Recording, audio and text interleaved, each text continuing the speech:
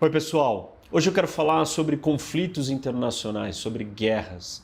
Esse é um tema que eu estudei, enfim, faz parte da minha profissão, da minha carreira. Eu trabalhei fora, como vocês sabem, na ONU, em outros lugares e sempre tive próximo. E uma das grandes perguntas que se faz nas relações internacionais é: o que leva à guerra? Na verdade, a disciplina das relações internacionais foi criada com esse objetivo de encontrar a paz. E para você encontrar a paz, você precisa descobrir o que causa a guerra. E aí existem muitas teorias e eu quero falar de algumas delas, principalmente no que nós estamos assistindo, o que está acontecendo segundo os dados do Instituto de Pesquisa de Estocolmo para a Paz. Dá like aqui no vídeo, segue o canal, ativa o sininho para você receber as notificações quando tem vídeo novo. Toda semana um vídeo novo. Não esquece de compartilhar com seus amigos e vem participar do debate e aprendizado aqui no canal do Professor Roque.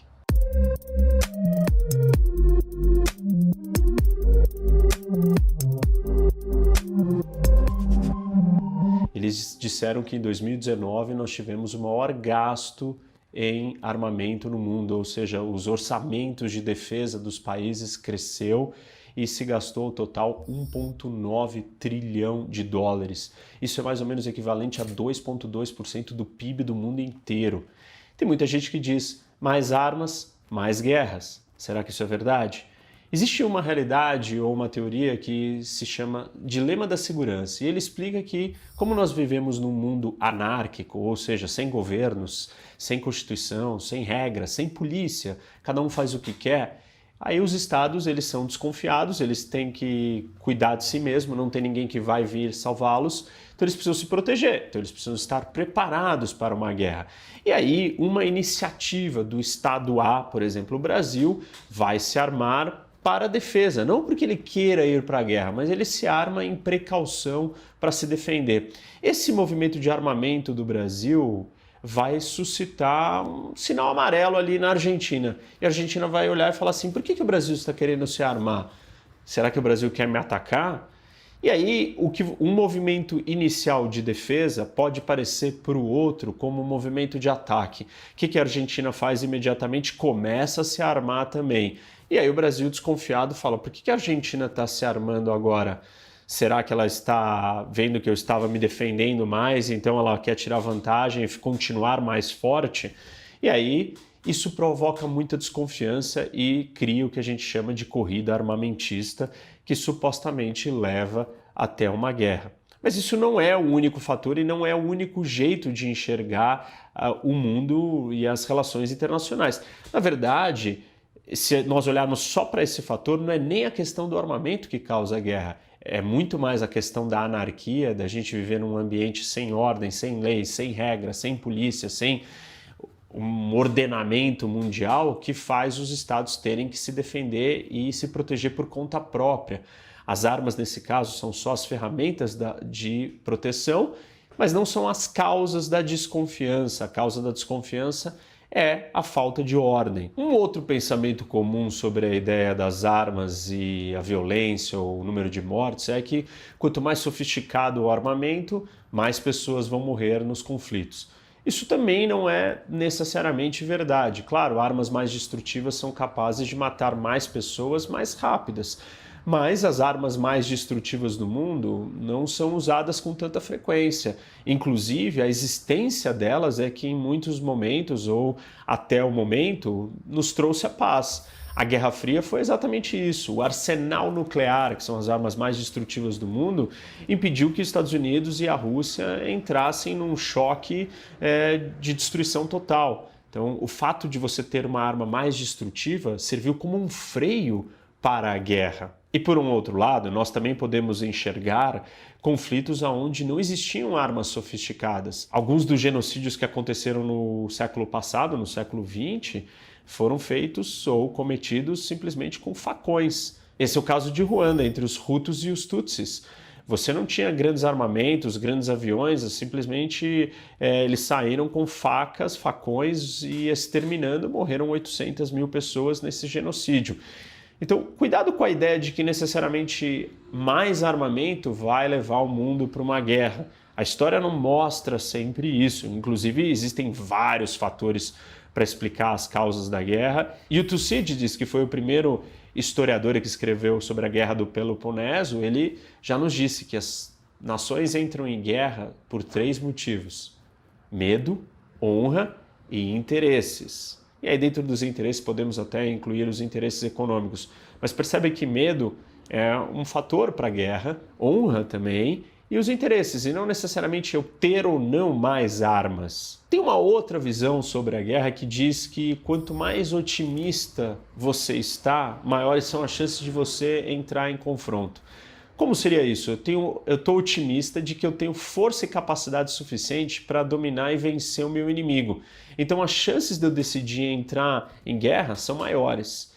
E, obviamente, que o oposto serve para conter a guerra e trazer a paz. Quanto mais pessimista uma nação, a elite, os governantes, os militares, enfim, a sociedade achar que ela tem menos chances de ser vitoriosa, maiores vão ser as cautelas e menos dispostos eles vão estar a entrar em guerra.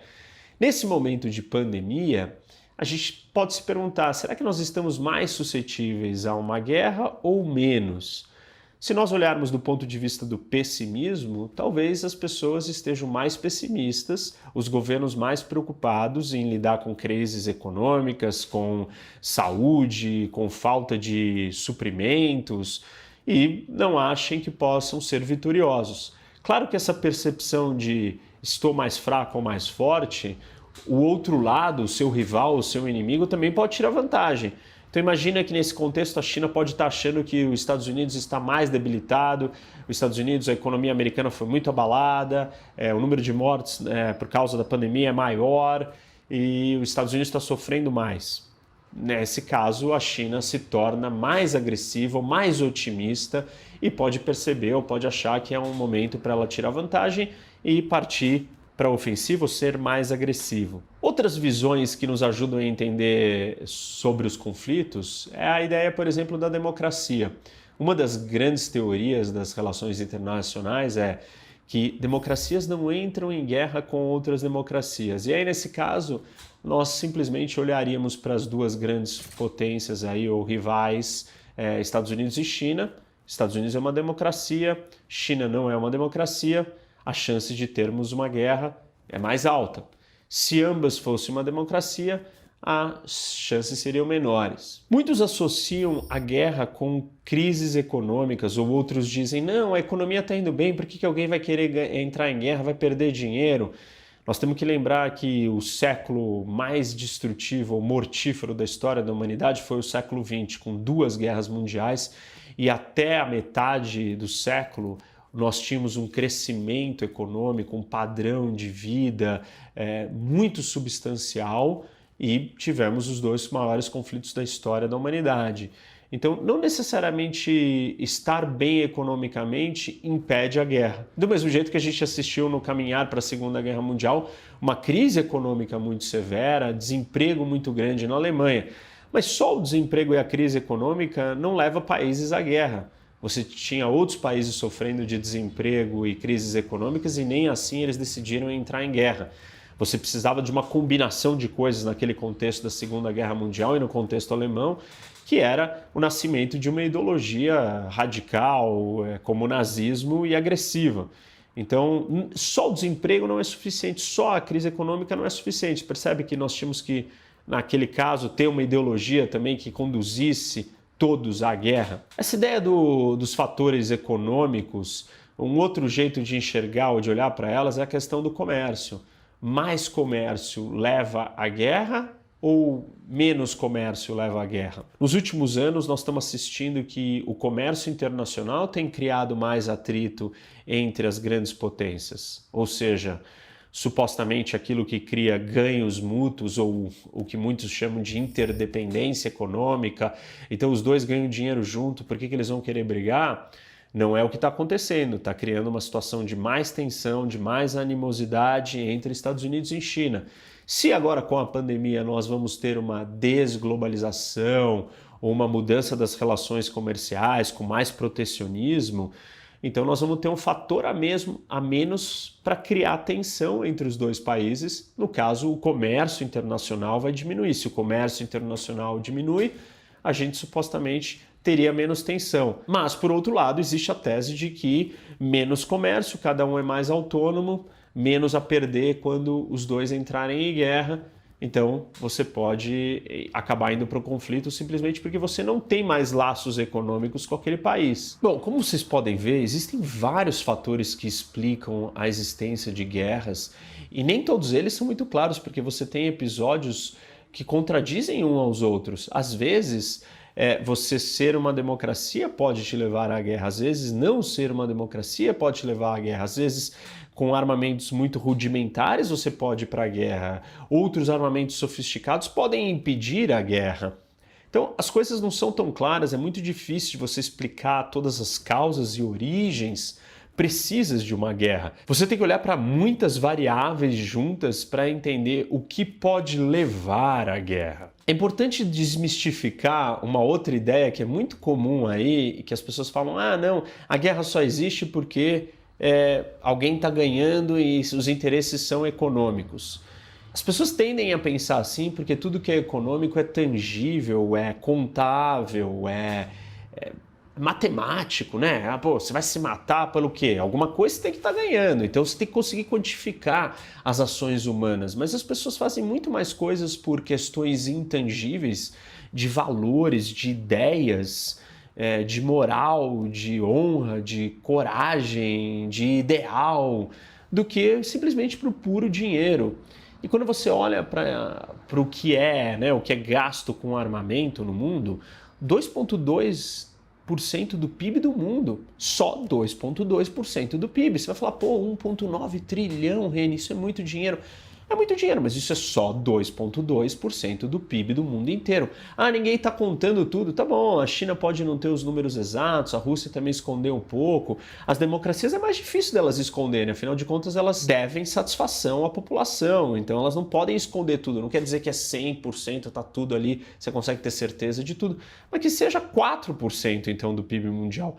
4% do PIB mundial não é o que movimenta a economia do mundo. Ou seja, as armas, o armamento, não é essa a razão pela qual países entram em guerra.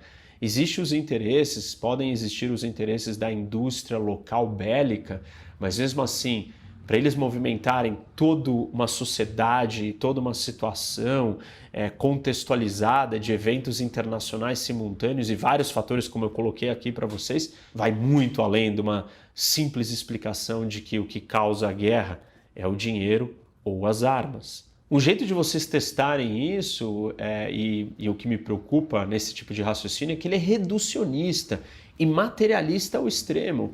Eu pergunto para vocês, tudo que você faz na sua vida é determinado por uma questão material, por dinheiro? Você só pensa no emprego por dinheiro? Você só pensa nos seus relacionamentos por dinheiro?